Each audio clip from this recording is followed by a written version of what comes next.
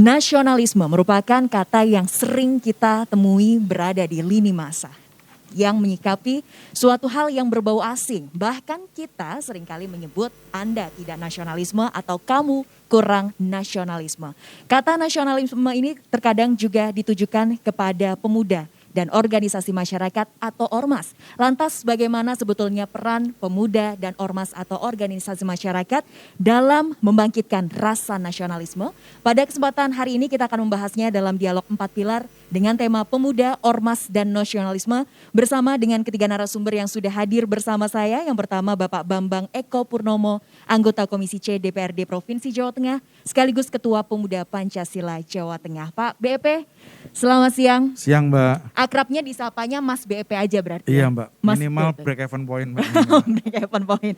Kabar baik ya Mas BEP? Alhamdulillah baik Mbak. Setelah hari ini padat kegiatannya, Ya. tapi kita juga masih berkesempatan untuk bertemu, berdiskusi terkait dengan pemuda, ormas, dan nasionalisme. Sudah berapa lama tergabung di organisasi masyarakat pemuda Pancasila ini Mas BEP? Dari 94 Mbak. Wow, dari 94 sampai 2022. Alhamdulillah. Sebetah itu ada apanya Mas BEP? Nah, tak kenal maka tak sayang. Oke. Harus bergabung dulu baru bisa mengetahui ada apa di Pemuda Pancasila. Oke, harus kenal dulu ya, maka nanti sayang, dan terbukti Mas BEP secinta itu ya dari tahun 94. Dan di sebelah Mas BEP sudah hadir pula Ibu Siti Mulyatni Bernadeta MSI atau Bu Eta, Kepala Bidang Kepemudaan Olahraga dan Pariwisata Provinsi Jawa Tengah. Bu Eta, selamat siang. Ya, selamat siang Mbak. Kabar Ya. baik juga Bu Eta? Kabar baik. Sudah ya. menunggu dari tadi lumayan lama Bu Eta, sabar ya. Tidak apa-apa, semangat Mbak. Semangat ya, apalagi ini di bulan yang dimana Hari Kebangkitan Nasional, semangatnya pun juga harus tetap membara ya Bu Eta ya. Dan di sebelah Bu Eta kami juga akan sapa Bapak Insinyur Haji Purnomo Ari Wibowo SMM selaku akademisi dari Universitas Maritim AMI. Pak Ari, selamat siang. Selamat siang. Selalu bertemu dengan mahasiswa awet muda berarti Pak Ari ya. Alhamdulillah. Kabar baik Pak Ari siang hari ini. Sudah 15 tahun jadi dosen. Sudah 15 tahun. Baru beliaunya loh, jangan lupa. Oh iya ya, sohib berarti sama Mas BP ya. Iya, mantan dosen. Oke, dan pemirsa kita akan berdiskusi terkait dengan pemuda, ormas, dan nasionalisme. Tapi bapak-bapak dan juga ibu kita boleh lepas masker terlebih dahulu ya. Karena kita juga berada di ruangan terbuka yang dimana sekarang Presiden Joko Widodo juga sudah memperbolehkan melepas masker. Dan tadi kita juga sudah patuhi protokol kesehatan, semuanya sudah aman ya, dijamin aman hari ini dan semoga sampai selesai acara pun juga aman. Oke, sudah dilepas maskernya semua. Aman dan amin. Aman dan amin, biar terlihat mimik mukanya pada kesempatan siang hari ini ya. Oke, kita langsung akan ngobrol aja ke Mas BP. Mas BP, usia Mas BP ini sudah tidak lagi tergolong muda, tapi jiwa muda, awet muda. Bagaimana Mas BP ini melihat rasa nasionalisme dari anak-anak muda, apalagi kan biasanya tergabung dalam PP atau Pemuda Pancasila masih banyak nih anak-anak mudanya. Mbak, rasa nasionalisme ini tidak mengenal usia Mbak. Dulu pejuang itu dari kakek-kakek sampai balita juga berjuang semua Mbak. Walaupun hanya lewat doa, lewat makan dan sebagainya. Tapi setidaknya rasa nasionalisme ini nggak akan boleh luntur. Karena dimanapun negara ini kan adalah salah satu kebanggaan. Iya. Jadi tidak boleh kita hilangkan, dan merasa nasionalisme ini harus kita pupuk dari mungkin PAUD sampai ke perguruan tinggi. Nah ini, dan kalau dihubungkan dengan organisasi pemuda Pancasila, kira ini ormas Mbak. Ormas pemuda Pancasila, lambang di baju kita ini bukan desain Mbak, tapi pemberian pejuang-pejuang, tokoh-tokoh bangsa dan bapak-bapak pendiri bangsa. Ada Jenderal Besar Nasution, Jenderal Gatot Subroto itu yang memberikan kami lambang-lambang ini. Dan ini pemberian, bukan hasil desain. Oke. Jadi mana ada organisasi yang memakai lambang negara selain kami, nggak ada. Hanya Pemuda Hanya Pancasila Pancasila. saja. Dan kalaupun orang mengatakan Pemuda Pancasila ini seperti apa, seperti itu, monggo. Tak kenal sama kata sayang. Masuk dulu, kenali dulu. Masuk dengan baca bismillah, saya yakin Keluarnya hasilnya alhamdulillah. Itu, Mbak, ya. Oke, tapi gimana Mas BP menanggapi stigma-stigma negatif yang ada di masyarakat terkait dengan ormas ini Mas? Gini Mbak, Mbak tahu gelas? Mm-mm. Gelas itu kan mau diisi bir, mau diisi ciu, mau diisi vodka, mau diisi kopi, zam-zam, teh, kopi. Gelasnya nggak salah Mbak, Iya. yang salah yang isi. Hmm. Jadi kalau ada orang yang mengatakan organisasi salah, salahkan oknumnya, salahkan kami yang salah. Oke. Organisasi itu nggak salah. Bagaimana kita membawa diri. Coba orang kadang melihat kita ada satu titik hitam di kain putih, orang ditanya itu apa? Mesti bilang titik hitam. Karena dia melihat titik hitam fokusnya itu. Kejelekan kita yang hanya dilihat, tapi apa yang sudah kita perbuat untuk masyarakat yang banyak, kemudian berbuat baik, kadang tidak dilihat. Oke. Mereka lebih melihat dan selalu menggembur-gemburkan sesuatu yang dirasa negatif. Karena mungkin masyarakat kalau melihat sesuatu yang negatif kan cepat itu. Nah setidaknya makanya kami sampaikan tak kenal maka tak sayang. Nah inilah pemuda Pancasila. Dari yang tiap hari pegang sajadah sampai yang haram jadah ada. Komplit Gitu, semuanya iya. ya. Semuanya ada di Pemuda Pancasila, ada di organisasi masyarakat ini. Nah, para pemuda milenial yang tergabung dalam Ormas ini apakah sudah secinta itu terhadap tanah air kita, Mas BP? Mereka tidak ada yang dibayar loh Mbak masuk Pemuda Pancasila. Mereka bangga. Kemarin ada pengusaha yang tanya dengan saya, Mas berapa kalian jenengan bayar itu? Anak-anak yang muda SMA pakai baju Doreng PP itu. Saya jawab, Bapak tanya aja, saya panggil ya. Yeah. Saya panggil. Karena kita pakai masker nggak tahu kan kalau kita ketua MPP panggil, tanya, Dek kamu dibayar berapa pakai baju Pemuda Pancasila? Kami tidak dibayar, kami beli sendiri nih Pak bajunya Pak. Bahkan kami bangga pakai baju ini. Bingung teman saya pengusaha, kok bisa? Bapak rasakan dulu auranya. Karena masuk di Pemuda Pancasila itu berbeda auranya dengan masuk di organisasi lain. Karena tanpa jiwa korsa, Pemuda Pancasila tidak ada apa-apanya. Oke. Kan gitu Pak. Baik, jadi sudah terbukti ya. Sudah terbukti. Sudah terbukti nyata kalau mereka betul-betul cinta tanah air Iya. dengan apalagi tergabung dalam organisasi masyarakat ini Dan semakin percaya nggak Pak, tumbuh pakai nasionalismenya. baju Doreng Pemuda Pancasila mentalnya naik 1 tingkat. Oh gitu ya, lebih pede berarti ya. Oh iya. Lu gak percaya teman saya kemarin pinjem. Heeh. Saya pengen buktikan omonganmu. Apakah masuk Pemuda Pancasila mentalnya naik 1 tingkat. Pinjem jaketmu. Pinjem jaket saya Pak. Dia jalan pulang ke kos-kosannya. Biasanya dia takut anjing, ada anjing, dia nggak lari karena pakai baju doreng. Malu kan. Iya. Akhirnya digigit kakinya. Sampai paginya datang ke tempat saya, iya betul, mental saya naik 1 tingkat. Kenapa? Saat digigit anjing nggak lari. Saya lawan, akhirnya sekarang saya nggak takut lagi dengan anjing. Gitu. Bahasanya dalam hal sepele seperti itu bisa orang, saya malu maksa pakai doreng lari. Kan Oke. gitu. Lah itulah Mbak. Jadi bermacam-macam.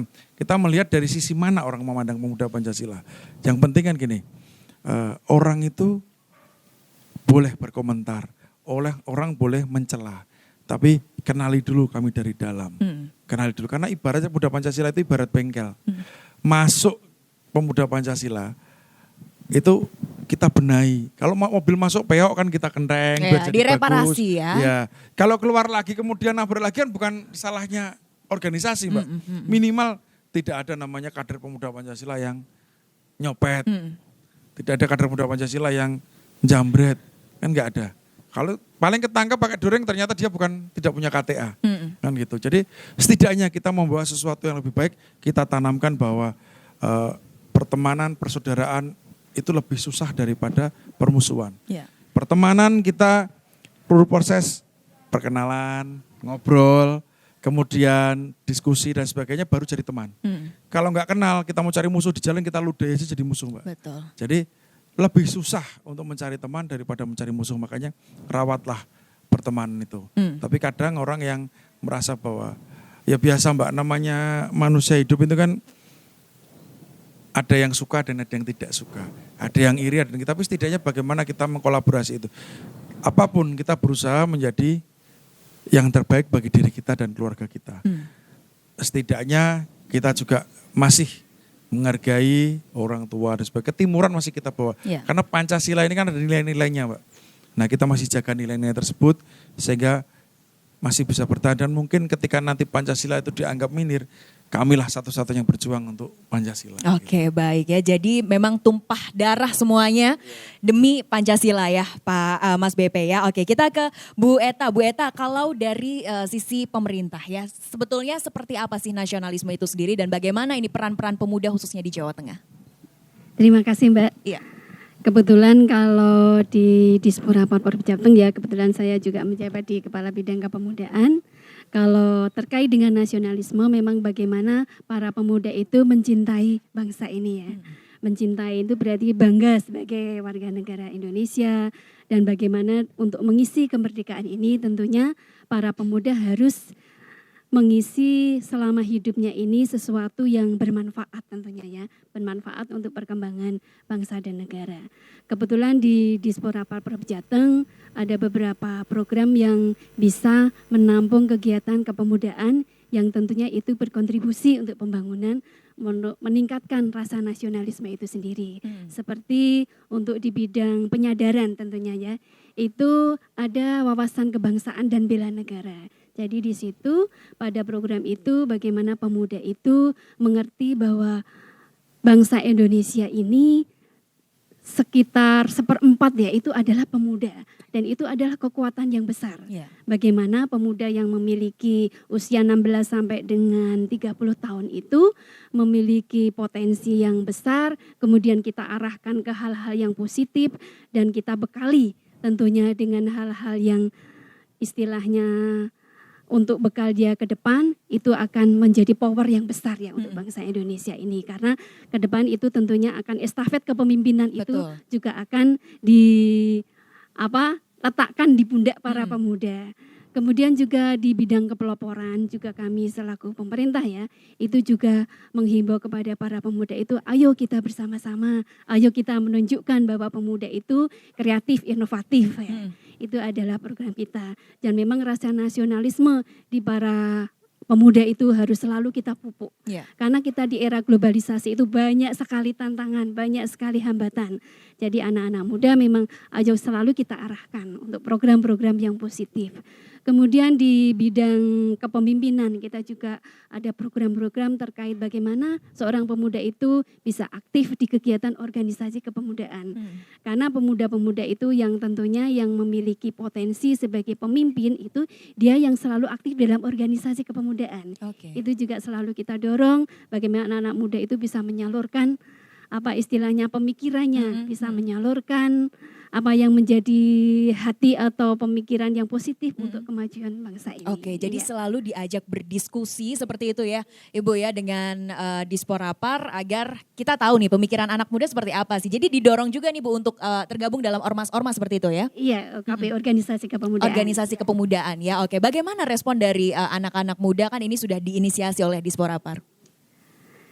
Untuk anak-anak muda memang banyak sekali Mbak. Jadi ada beberapa organisasi muda terkait dengan organisasi kelingkungan, kemudian organisasi pemuda mahasiswa yang tergabung dalam PPMI, Pemuda Pancasila, juga yang lainnya itu memang semuanya kita rangkul ya, KNPI dan lain-lainnya. Dan gitu harapan kami bahwa kita memilih program untuk fasilitasi ke manajemen pengelolaan organisasi kepemudaan itu juga ada. Jadi kita selalu ajak dialog, ajak diskusi apa yang diharapkan dari adik-adik itu. Apakah itu untuk meningkatkan organisasi kepemudaannya, kemudian ada harapan-harapan pemerintah apa yang harus dikerjakan terkait peningkatan generasi muda itu. Ya. Paling sering diskusinya tentang apa sih Bu Eta? Untuk pengembangan manajemen kewirausahaan juga ada. Jadi tergantung dari tema. Misalnya terkait lingkungan ya. Kita ada organisasi Pepeling Asih ya. Kebetulan nanti kita juga ada fasilitasi terkait pengembangan OKP. Jadi pemuda yang tergabung di dalam organisasi Pepeling Asih, pemuda yang cinta lingkungan asri dan bersih. Jadi pemuda berada di situ memberikan pemikiran bagaimana mengelola lingkungan itu biar tidak istilahnya pengelolaan sampah, bagaimana reschedule sampah-sampah yang tidak bermanfaat tetapi bagaimana diolah bisa bermanfaat. Jadi kemudian juga ada organisasi terkait mahasiswa ya yang banyaknya Mbak ya. Baik. Dan itu adalah salah satu wujud nasionalisme juga sebetulnya ya Bu Eta ya. Cinta akan lingkungan sekitar juga, peduli akan sesama juga. Kita ke Pak Ari. Pak Ari, mungkin nggak sih Pak sebetulnya nasionalisme ini luntur atau bahkan hilang ini Pak? Makasih Mbak. Jadi begini, luntur itu tidak ya. Kita beri contoh di kampus kita di Universitas Amni ya. Universitas Amni itu mahasiswanya itu dari Sabang sampai Merauke ya. Kita banyak suku bangsa, banyak agama. Nah, itulah bagaimana kita bisa menyatukan mereka ya. jadi satu wadah. Ya, nggak ada suku Batak lah, suku Jawa, suku mana. Begitu masuk, kita bina semua, kita gembleng semua, kita satukan visi. Semua ada di Kampus Biru. Nah, Luntur itu kan dari sekarang itu ibaratnya dampak dari globalisasi. Ya, betapa hebatnya ajaran dari globalisasi ya. Kita lihat handphone itu. Anak sekarang, anak kecil, anak TK aja sudah bisa main handphone. Suruh belajar, minta kuota untuk online, tapi untuk main game. Nah, disitulah. Jadi peran-peran dari, kalau dari sekolah itu peran dari sekolah, kalau di rumah dari peran orang tua ya. Bagaimana kita menanamkan rasa cinta tanah air ya. Kalau di AMNI jelas ya, semuanya kita semua ada namanya bela negara ya, kemudian mata kuliah kewarganegaraan itu tidak dihilangkan ya, itu wajib ya, karena kita ibaratnya ya semi militer ya gitu ya. Kita sekolah nggak ada bajunya merek ini, sepatunya merek ini, tas ini merek ini, seragam semua, nggak ada, semua sama. Potongan rambut semua sama, gundul semua. Ya, jadi semua sama, tidak ada yang dibeda-bedakan. Ya, jadi itulah menanamkan rasa kebersamaan. Ya, kita kalau keluar misalkan dress code-nya harus kotak-kotak, semua kotak-kotak. Ya, nggak ada yang kita beda-bedakan. Ya, begitu masuk di angkatan pertama dia harus masuk di dalam asrama dulu supaya dia kenal ya. Kenal sama sekolah, kenal sama tata krama semuanya ya. Karena usia-usia yang masuk itu adalah usia-usia rentan. Ya. Apalagi kalau sudah namanya pakai dress code ya. Pakai dress code PP, pakai dress code AMNI itu rasanya itu bangganya luar biasa ya. PD-nya meningkat gak cuma 1 kali lipat, 10 kali lipat mungkin. Senggol itu WA gitu. Nah, itulah. Jadi itu yang harus diwaspadai ya, karena toh kita kampus juga berdekatan dengan masyarakat ya. Tidak mungkin kita lepas semua. Betul. Begitu, Mbak. Iya, baik ya. Ini adalah wujud implementasi di dunia pendidikan ya, yang secara nyata ini juga sudah dirasakan. Semoga ini juga membawa dampak di lingkungan sekitar ya, karena itu tadi Pak Ari sampaikan kampusnya berada di lingkungan kampus. Semoga yang ada di sekitarnya juga merasakan hal yang sama ya, cinta nasionalisme juga. Baik, pemirsa, kita akan jeda sejenak ya. Nanti kita akan kembali lagi dalam diskusi tentang kepemudaan, ormas dan juga nasionalisme dalam dialog 4 pilar sesaat lagi.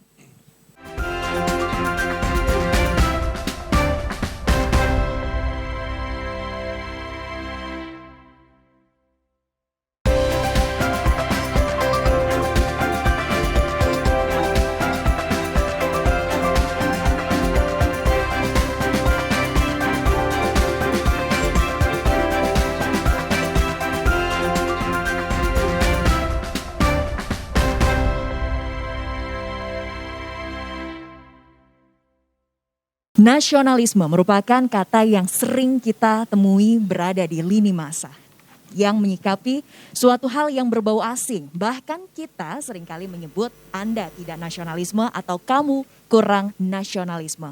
Kata nasionalisme ini terkadang juga ditujukan kepada pemuda dan organisasi masyarakat atau ormas. Lantas bagaimana sebetulnya peran pemuda dan ormas atau organisasi masyarakat dalam membangkitkan rasa nasionalisme? Pada kesempatan hari ini kita akan membahasnya dalam dialog 4 pilar dengan tema pemuda, ormas, dan nasionalisme bersama dengan ketiga narasumber yang sudah hadir bersama saya. Yang pertama Bapak Bambang Eko Purnomo, anggota Komisi C DPRD Provinsi Jawa Tengah, sekaligus Ketua Pemuda Pancasila Jawa Tengah. Pak BEP, selamat siang. Siang, Mbak. Akrabnya disapanya Mas BEP aja berarti. Iya, Mbak. Mas Minimal BEP. break even point, Mbak. Break even point. Kabar baik ya Mas BEP? Alhamdulillah baik, Mbak. Setelah hari ini padat kegiatannya, tapi kita juga masih berkesempatan untuk bertemu, berdiskusi terkait dengan pemuda, ormas, dan nasionalisme. Sudah berapa lama tergabung di organisasi masyarakat pemuda Pancasila ini Mas BEP? Dari 94, Mbak. Wow, dari 94 sampai 2022. Alhamdulillah. Sebetah itu ada apanya Mas BEP? Nah, tak kenal maka tak sayang. Oke. Harus bergabung dulu baru bisa mengetahui ada apa di Pemuda Pancasila. Oke, harus kenal dulu ya, maka nanti sayang, dan terbukti Mas BP secinta itu ya dari tahun 94. Dan di sebelah Mas BP sudah hadir pula Ibu Siti Mulyatmi Bernadetta MSI atau Bu Eta, Kepala Bidang Kepemudaan Olahraga dan Pariwisata Provinsi Jawa Tengah. Bu Eta, selamat siang. Ya, selamat siang, Mbak. Kabar Ya. baik juga Bu Eta? Kabar baik. Sudah ya. menunggu dari tadi lumayan lama Bu Eta, sabar ya. Tidak apa-apa, semangat, Mbak. Semangat ya, apalagi ini di bulan yang dimana Hari Kebangkitan Nasional, semangatnya pun juga harus tetap membara ya Bu Eta ya. Dan di sebelah Bu Eta kami juga akan sapa Bapak Insinyur Haji Purnomo Ari Wibowo SMM selaku akademisi dari Universitas Maritim AMNI. Pak Ari, selamat siang. Selamat siang. Bu. Selalu bertemu dengan mahasiswa awet muda berarti Pak Ari ya. Alhamdulillah. Kabar baik Pak Ari siang hari ini. Sudah 15 tahun jadi dosen. Sudah 15 tahun. Baru beliaunya loh, jangan Oh iya sohib berarti sama Mas BP ya. Iya, mantan dosen. Oke, dan pemirsa kita akan berdiskusi terkait dengan pemuda ormas dan nasionalisme. Tapi bapak-bapak dan juga ibu, kita boleh lepas masker terlebih dahulu ya, karena kita juga berada di ruangan terbuka yang dimana sekarang Presiden Joko Widodo juga sudah memperbolehkan melepas masker. Dan tadi kita juga sudah patuhi protokol kesehatan, semuanya sudah aman ya, dijamin aman hari ini, dan semoga sampai selesai acara pun juga aman. Oke, sudah dilepas maskernya semua. Aman dan amin. Aman dan amin, biar terlihat mimik mukanya pada kesempatan siang hari ini ya. Oke, kita langsung akan ngobrol aja ke Mas BP. Mas BP, usia Mas BP ini sudah tidak lagi tergolong muda, tapi jiwa muda, awet muda. Bagaimana Mas BP ini melihat rasa nasionalisme dari anak-anak muda, apalagi kan biasanya tergabung dalam PP atau Pemuda Pancasila, masih banyak nih anak-anak mudanya. Mbak, rasa nasionalisme ini tidak mengenal usia, Mbak. Dulu pejuang itu dari kakek-kakek sampai balita juga berjuang semua, Mbak. Walaupun hanya lewat doa, lewat makan dan sebagainya. Tapi setidaknya rasa nasionalisme ini nggak akan boleh luntur. Karena dimanapun negara ini kan adalah salah satu kebanggaan. Iya. Jadi tidak boleh kita hilangkan, dan rasa nasionalisme ini harus kita pupuk dari mungkin PAUD sampai ke perguruan tinggi. Nah ini, dan kalau dihubungkan dengan organisasi Pemuda Pancasila, kira ini ormas Mbak. Ormas Pemuda Pancasila, lambang di baju kita ini bukan desain Mbak, tapi pemberian pejuang-pejuang, tokoh-tokoh bangsa dan bapak-bapak pendiri bangsa. Ada Jenderal Besar Nasution, Jenderal Gatot Subroto itu yang memberikan kami lambang-lambang ini. Dan ini pemberian, bukan hasil desain. Oke. Jadi mana ada organisasi yang memakai lambang negara selain kami, nggak ada. Hanya Pemuda Hanya Pancasila Pancasila. saja. Dan kalaupun orang mengatakan Pemuda Pancasila ini seperti apa, seperti itu, monggo. Tak kenal sama kata sayang. Masuk dulu, kenali dulu. Masuk dengan baca bismillah, saya yakin Keluarnya hasilnya alhamdulillah. itu, Mbak, ya. Oke, tapi gimana Mas BP menanggapi stigma-stigma negatif yang ada di masyarakat terkait dengan ormas ini, Mas? Gini Mbak, Mbak tahu gelas? Mm-mm. Gelas itu kan mau diisi bir, mau diisi ciu, mau diisi vodka, mau diisi kopi, zam-zam, teh, kopi. Gelasnya nggak salah Mbak, Iya. yang salah yang isi. Hmm. Jadi kalau ada orang yang mengatakan organisasi salah, salahkan oknumnya, salahkan kami yang salah. Oke. Organisasi itu nggak salah. Bagaimana kita membawa diri. Coba, orang kadang melihat kita ada satu titik hitam di kain putih, orang ditanya itu apa? Mesti bilang titik hitam. Karena dia melihat titik hitam fokusnya itu. Kejelekan kita yang hanya dilihat, tapi apa yang sudah kita perbuat untuk masyarakat yang banyak, kemudian berbuat baik, kadang tidak dilihat. Oke. Mereka lebih melihat dan selalu menggembur-gemburkan sesuatu yang dirasa negatif. Karena mungkin masyarakat kalau melihat sesuatu yang negatif kan cepat itu. Nah setidaknya makanya kami sampaikan tak kenal maka tak sayang. Nah inilah Pemuda Pancasila. Dari yang tiap hari pegang sajadah sampai yang haram jadah ada. Komplit Gitu, semuanya iya. ya. Semuanya ada di Pemuda Pancasila, ada di organisasi masyarakat ini. Nah, para pemuda milenial yang tergabung dalam ormas ini apakah sudah secinta itu terhadap tanah air kita, Mas BP? Mereka tidak ada yang dibayar loh Mbak masuk Pemuda Pancasila. Mereka bangga. Kemarin ada pengusaha yang tanya dengan saya, Mas berapa kalian jenengan bayar itu? Anak-anak yang muda SMA pakai baju doreng PP itu. Saya jawab, Bapak tanya aja, saya panggil ya. Yeah. Saya panggil. Karena kita pakai masker nggak tahu kan kalau kita ketua MPW panggil tanya, "Dek, kamu dibayar berapa pakai baju Pemuda Pancasila?" Kami tidak dibayar, kami beli sendiri nih Pak bajunya Pak. Bahkan kami bangga pakai baju ini. Bingung teman saya pengusaha, kok bisa? Bapak rasakan dulu auranya. Karena masuk di Pemuda Pancasila itu berbeda auranya dengan masuk di organisasi lain. Karena tanpa jiwa korsa, Pemuda Pancasila tidak ada apa-apanya. Oke. Kan gitu Pak. Baik, jadi sudah terbukti ya. Sudah terbukti. Sudah terbukti nyata kalau mereka betul-betul cinta tanah air Iya. dengan apalagi tergabung dalam organisasi masyarakat ini Dan sebagai percaya nggak tumbuh Pak, pakai nasionalismenya. baju doreng Pemuda Pancasila mentalnya naik 1 tingkat. Oh gitu ya, lebih pede berarti ya. Iya. Lu nggak percaya teman saya kemarin pinjem. Heeh. Saya pengen buktikan omonganmu. Apakah masuk Pemuda Pancasila mentalnya naik 1 tingkat. Pinjem jaketmu. Pinjem jaket saya Pak. Dia jalan pulang ke kos-kosannya. Biasanya dia takut anjing, ada anjing. Dia nggak lari karena pakai baju doreng. Malu kan. Iya. Akhirnya digigit kakinya. Sampai paginya datang ke tempat saya. Iya betul, mental saya naik 1 tingkat. Kenapa? Saat digigit anjing nggak lari. Saya lawan, akhirnya sekarang saya nggak takut lagi dengan anjing. Gitu. Bahasanya dalam hal sepele seperti itu bisa orang, saya malu maksa pakai doreng lari. Kan Oke. gitu. Lah itu loh Mbak. Jadi bermacam-macam. Kita melihat dari sisi mana orang memandang Pemuda Pancasila. Yang penting kan gini, orang itu boleh berkomentar, orang boleh mencela. Tapi kenali dulu kami dari dalam. Kenali dulu, karena ibaratnya Pemuda Pancasila itu ibarat bengkel. Masuk Pemuda Pancasila, itu kita benahi. Kalau mobil masuk peok kan kita kenteng, biar jadi direparasi bagus. ya. Ya. Kalau keluar lagi kemudian nabrak lagi kan bukan salahnya organisasi Mbak. Minimal tidak ada namanya kader Pemuda Pancasila yang nyopet. Tidak ada kader Pemuda Pancasila yang jambret. Kan nggak ada. Kalau paling ketangkap pakai doreng ternyata dia tidak punya KTA. Kan gitu. Jadi setidaknya kita membawa sesuatu yang lebih baik, kita tanamkan bahwa pertemanan, persaudaraan itu lebih susah daripada permusuhan. Ya.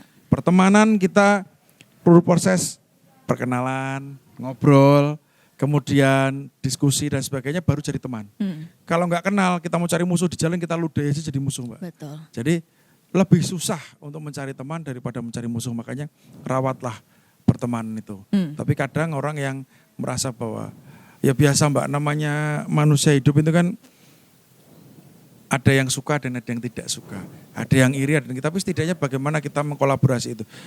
Apapun kita berusaha menjadi yang terbaik bagi diri kita dan keluarga kita. Setidaknya kita juga masih menghargai orang tua dan sebagainya. Ketimuran masih kita bawa. Ya. Karena Pancasila ini kan ada nilai-nilainya Mbak. Nah kita masih jaga nilai-nilai tersebut sehingga masih bisa bertahan. Dan mungkin ketika nanti Pancasila itu dianggap minir, kamilah satu-satunya yang berjuang untuk Pancasila. Oke, baik ya. Jadi memang tumpah darah semuanya demi Pancasila ya Pak Mas BP ya. Oke, kita ke Bu Eta. Bu Eta, kalau dari sisi pemerintah ya, sebetulnya seperti apa sih nasionalisme itu sendiri dan bagaimana ini peran-peran pemuda khususnya di Jawa Tengah? Terima kasih Mbak. Iya. Kebetulan kalau di Dispora Porpor Jateng ya, kebetulan saya juga menjabat di Kepala Bidang Kepemudaan. Kalau terkait dengan nasionalisme, memang bagaimana para pemuda itu mencintai bangsa ini ya. Mencintai itu berarti bangga sebagai warga negara Indonesia. Dan bagaimana untuk mengisi kemerdekaan ini tentunya para pemuda harus mengisi selama hidupnya ini sesuatu yang bermanfaat tentunya ya, bermanfaat untuk perkembangan bangsa dan negara. Kebetulan di Dispora Porpor Jateng ada beberapa program yang bisa menampung kegiatan kepemudaan yang tentunya itu berkontribusi untuk pembangunan, meningkatkan rasa nasionalisme itu sendiri. Seperti untuk di bidang penyadaran tentunya ya, itu ada wawasan kebangsaan dan bela negara. Jadi di situ pada program itu bagaimana pemuda itu mengerti bahwa bangsa Indonesia ini sekitar 1/4 ya itu adalah pemuda dan itu adalah kekuatan yang besar. Ya. Bagaimana pemuda yang memiliki usia 16 sampai dengan 30 tahun itu memiliki potensi yang besar, kemudian kita arahkan ke hal-hal yang positif dan kita bekali tentunya dengan hal-hal yang istilahnya untuk bekal dia ke depan itu akan menjadi power yang besar ya untuk bangsa Indonesia ini, karena ke depan itu tentunya akan estafet kepemimpinan itu Betul. juga akan letakkan di pundak para pemuda. Kemudian juga di bidang kepeloporan juga kami selaku pemerintah ya, itu juga menghimbau kepada para pemuda itu, ayo kita bersama-sama, ayo kita menunjukkan bahwa pemuda itu kreatif, inovatif ya. Itu adalah program kita. Dan memang rasa nasionalisme di para pemuda itu harus selalu kita pupuk. Karena kita di era globalisasi itu banyak sekali tantangan, banyak sekali hambatan. Jadi anak-anak muda memang ayo selalu kita arahkan untuk program-program yang positif. Kemudian di bidang kepemimpinan kita juga ada program-program terkait bagaimana seorang pemuda itu bisa aktif di kegiatan organisasi kepemudaan. Karena pemuda-pemuda itu yang tentunya yang memiliki potensi sebagai pemimpin itu dia yang selalu aktif dalam organisasi kepemudaan. Itu juga selalu kita dorong bagaimana anak-anak muda itu bisa menyalurkan apa istilahnya pemikirannya, bisa menyalurkan apa yang menjadi hati atau pemikiran yang positif untuk kemajuan bangsa ini. Jadi selalu diajak berdiskusi seperti itu ya Ibu ya dengan Disporapar agar kita tahu nih pemikiran anak muda seperti apa sih. Jadi didorong juga nih Bu untuk tergabung dalam ormas-ormas seperti itu ya? Iya, OKP Organisasi Kepemudaan. Organisasi Kepemudaan ya, Bagaimana respon dari anak-anak muda kan ini sudah diinisiasi oleh Disporapar? Untuk anak-anak muda memang banyak sekali Mbak. Jadi ada beberapa organisasi muda terkait dengan organisasi kelingkungan, kemudian organisasi pemuda mahasiswa yang tergabung dalam PPMI, Pemuda Pancasila, juga yang lainnya itu memang semuanya kita rangkul ya, KNPI dan lain-lainnya. Dan gitu harapan kami bahwa kita memilih program untuk fasilitasi ke manajemen pengelolaan organisasi kepemudaan itu juga ada. Jadi kita selalu ajak dialog, ajak diskusi apa yang diharapkan dari adik-adik itu. Apakah itu untuk meningkatkan organisasi kepemudaannya, kemudian ada harapan-harapan pemerintah apa yang harus dikerjakan terkait peningkatan generasi muda itu. Ya. Paling sering diskusinya tentang apa sih Bu Eta? Untuk pengembangan manajemen kewirausahaan juga ada. Jadi tergantung dari tema. Misalnya terkait lingkungan ya. Kita ada organisasi Pepeling Asih ya. Kebetulan nanti kita juga ada fasilitasi terkait pengembangan OKP. Jadi pemuda yang tergabung di dalam organisasi Pepeling Asih, pemuda yang cinta lingkungan asri dan bersih. Jadi pemuda berada di situ memberikan pemikiran bagaimana mengelola lingkungan itu biar tidak istilahnya pengelolaan sampah, bagaimana reschedule sampah-sampah yang tidak bermanfaat tetapi bagaimana diolah bisa bermanfaat. Jadi kemudian juga ada organisasi terkait mahasiswa ya yang banyak nih Mbak ya. Baik. Dan itu adalah salah satu wujud nasionalisme juga sebetulnya ya Bu Eta ya. Cinta akan lingkungan sekitar juga, peduli akan sesama juga. Kita ke Pak Ari. Pak Ari, mungkin nggak sih Pak sebetulnya nasionalisme ini luntur atau bahkan hilang ini Pak? Makasih Mbak. Jadi begini, luntur itu tidak. Kita beri contoh di kampus kita di Universitas Amni ya. Universitas Amni itu mahasiswanya itu dari Sabang sampai Merauke. Ya. Kita banyak suku bangsa, banyak agama. Nah, itulah bagaimana kita bisa menyatukan mereka ya. Jadi satu wadah. Ya. Nggak ada suku Batak lah, suku Jawa, suku mana. Begitu masuk, kita bina semua, kita gembleng semua, kita satukan visi. Semua ada di kampus biru. Nah, luntur itu kan dari sekarang itu ibaratnya dampak dari globalisasi. Ya. Betapa hebatnya hajaran dari globalisasi ya. Kita lihat handphone itu. Anak sekarang, anak kecil, anak TK aja sudah bisa main handphone. Suruh belajar, minta kuota untuk online, tapi untuk main game. Nah di situ. Jadi peran-peran dari kalau dari sekolah itu peran dari sekolah, kalau di rumah dari peran orang tua ya. Bagaimana kita menanamkan rasa cinta tanah air ya.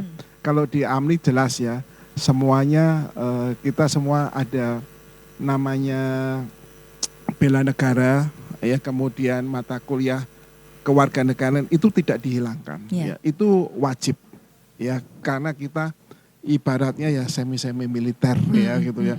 Kita sekolah nggak ada bajunya merek ini, sepatunya merek ini, tas ini merek ini. Seragam semua. Nggak ada, semua sama.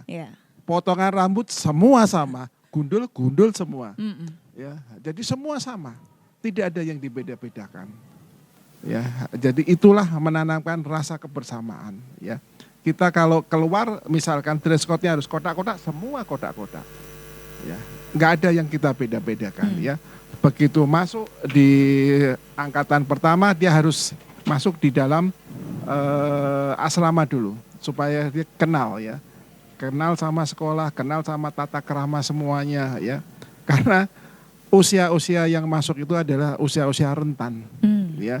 Apalagi kalau sudah namanya pakai dress code ya, pakai dress code PP, pakai dress code AMNI itu rasanya itu bangganya luar ya, biasa ya, PD-nya meningkat ya. Gak cuma 1 kali lipat, 10 kali lipat mungkin senggol itu WA hur gitu. Oke. Nah itulah, jadi itu yang harus diwaspadai ya, karena toh kita kampus juga berdekatan dengan masyarakat ya, tidak mungkin kita lepas semua. Betul. Begitu Mbak. Iya, baik ya. Ini adalah wujud implementasi di dunia pendidikan ya, yang secara nyata ini juga sudah dirasakan. Semoga ini juga membawa dampak di lingkungan sekitar ya, karena itu tadi Pak Ari sampaikan kampusnya berada di lingkungan kampus. Semoga yang ada di sekitarnya juga merasakan hal yang sama ya, cinta nasionalisme juga. Baik, pemirsa, kita akan jeda sejenak ya. Nanti kita akan kembali lagi dalam diskusi tentang kepemudaan, ormas dan juga nasionalisme dalam dialog 4 pilar sesaat lagi.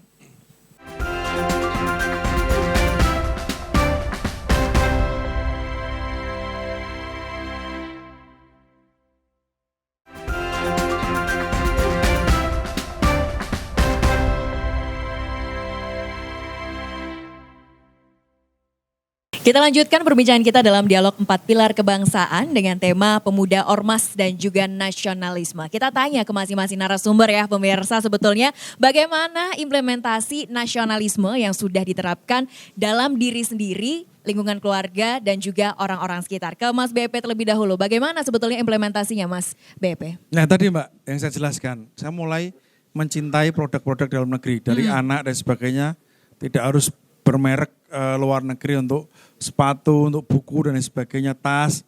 Untuk saya ajak ke tempat-tempat pengrajin-pengrajin tas, pengrajin sepatu dan sebagainya. Kita tunjukkan ini bagus nih Dek. Ya kan, oh ini bagus dan sebagainya. Jadi bagaimana kita menciptakan, mengenalkan. Oh setidaknya Indonesia juga punya merek-merek tersebut. Indonesia juga punya merek-merek terkenal. Yang go internasional juga udah banyak ya Mas banyak. ya? Padahal kayak sepatu. Sepatu kadang buatan sini, dibawa ke luar negeri, dikembalikan sini lagi, kasih label. Bahkan jeans juga sama Mbak. Iya. Jeans itu ada yang khusus di sini, penjahitannya, kemudian di mana dikembalikan lagi sini, dikasih bandrol, harganya beda. Bahkan kita kemarin ke Singapura apa ya, ada made in Indonesia. Ya. Setahu saya kalau made ya Indonesia Mbak, orang Bali, made in ya. Nah itu jadi di situ, oh di sini kok ternyata lebih bagus ya kainnya dan sebagainya lah itu. Akhirnya beli di luar negeri, tapi seolah-olah loh ini kok made in Indonesia baru sampai. Kayak misalnya saya beli waktu kita umroh, beli tasbih, ternyata buatan Indonesia tasbihnya, kayunya. Nah ini kan membuat kita, oh Indonesia itu sebenarnya luar biasa sekali gitu loh. Jadi selain itu juga Mbak, kita menanamkan dengan diri kita dan keluarga kita ya, kalau ada apapun kita pakai adat Jawa. Misalnya kita mengenalkan adat Jawa pakai belangkon, atau kita ada satu hari di Jawa Tengah ini khusus pakai batik atau pakai baju tradisional ya Mbak. Ya, kalau pakai hari kebaya ya, hari Kamis. Ya. Nah itu juga Mbak. Jadi terus mungkin anak kita omongi, Dek nanti kalau cari jodoh yang lokal aja deh, gak usah interlokal gitu. Itu cinta tanah air kan gitu. Itu kadang kalau sudah dibawa ke luar negeri kan susah kembalinya. Itu Mbak. Jadi memang ini guyon loh Mbak ya.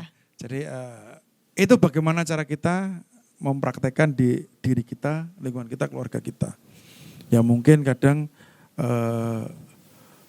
kita belum begitu mengenal bahwa produk ini produk dalam negeri, produk ini produk Indonesia, kadang nggak dikenal, tapi tiba-tiba kok ditiru. Bahkan ada satu produk buatan Indonesia, batik ini kan sampai diperebutkan. Iya.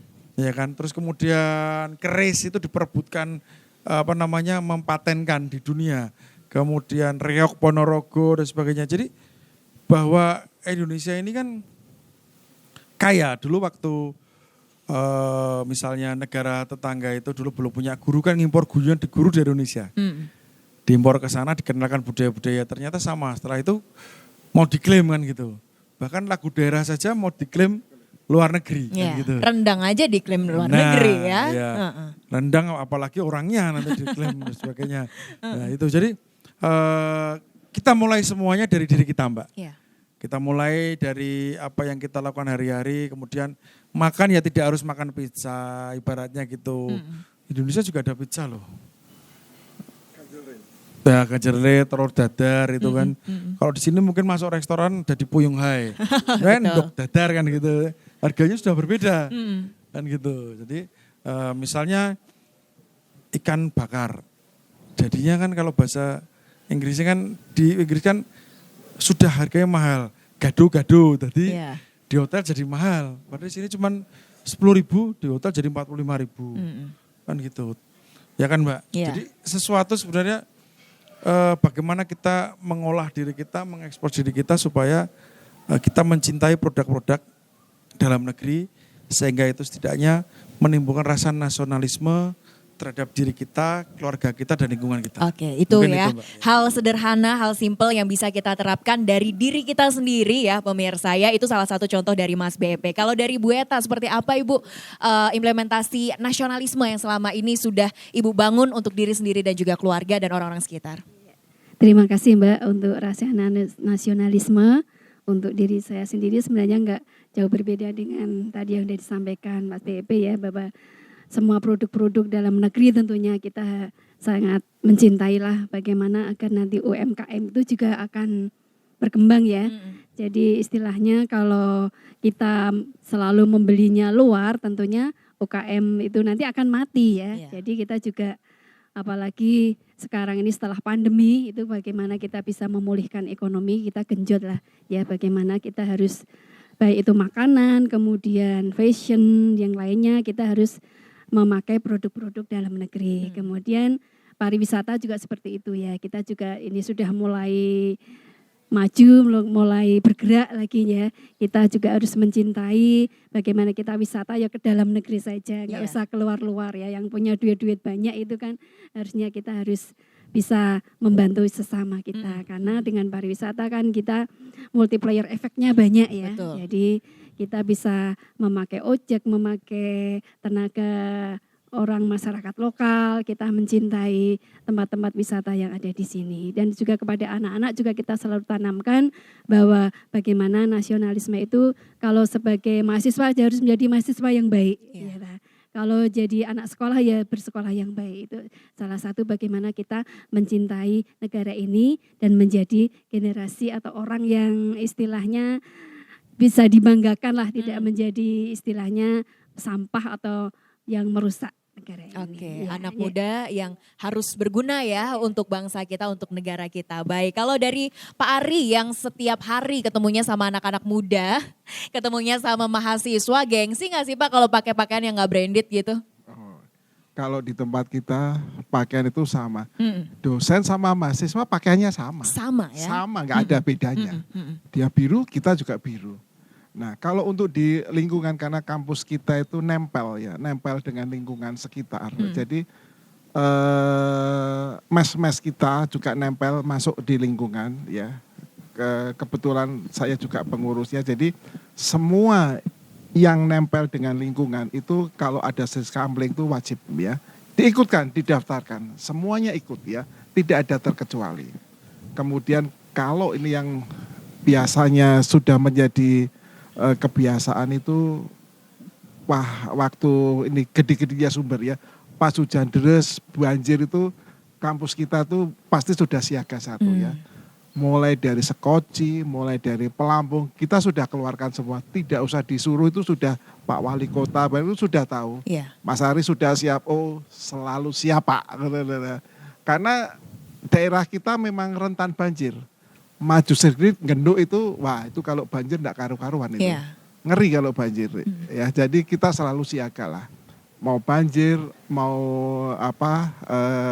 kondisi apapun ya, kita selalu siap ya. Karena kita tanamkan, kita berada di lingkungan ya. Karena kita yang datang itu kan beda-beda.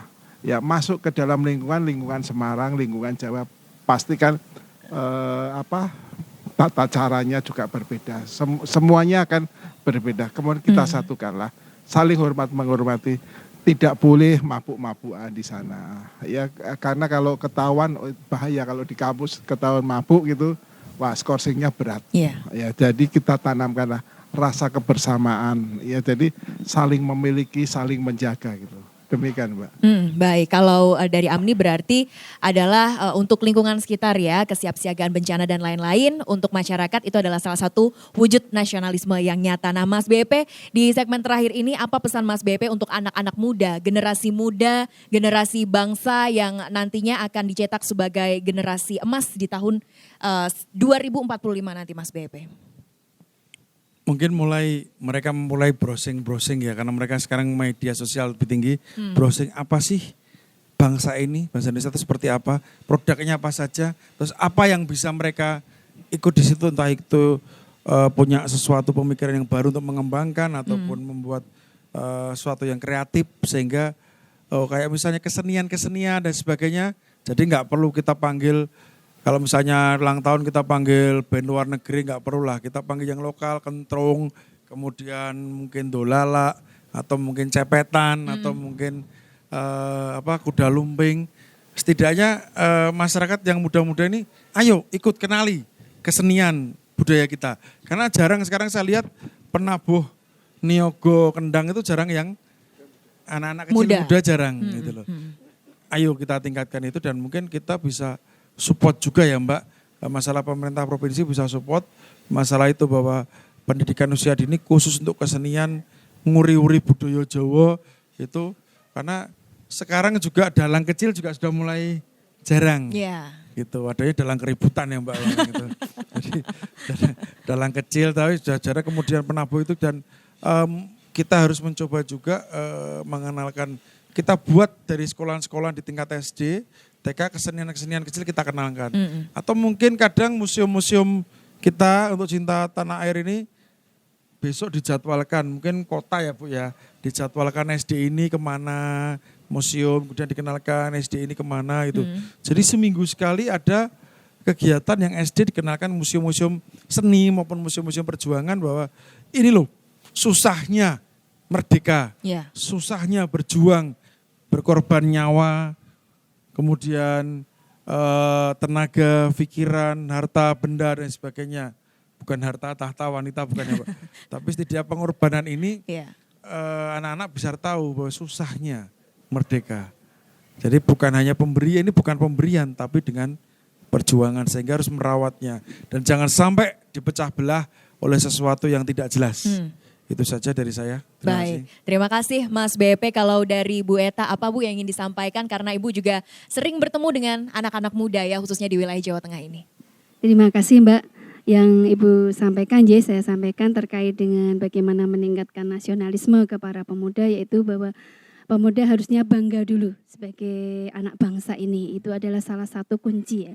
Kita tidak boleh malu, karena apa yang kita miliki itu sebenarnya luar biasa.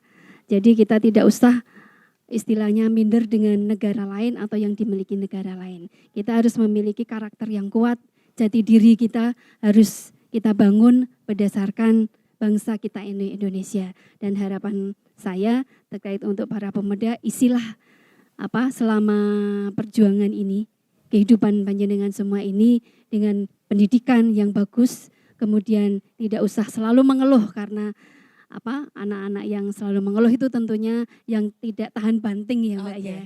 Jadi kita harus semuanya optimis, dan bagaimana nanti di Indonesia emas atau istilahnya bonus demografi yang nantinya sebagai kekuatan kita, kalau SDM atau pemuda itu kuat, tentunya itu akan kita mendapatkan impact atau hasil, nanti Indonesia akan istilahnya memanen lah, karena sebelumnya pemuda sudah kita siapkan di bonus demografi itu, kekuatan itu akan meledak. Jadi harapan kami, ayo para pemuda, kita cinta Indonesia, kita cinta yang ada di negara kita, jangan akan pupus dengan adanya globalisasi yang hoak-hoak atau istilahnya apa yang akan memecah belah itu kita anulir nih.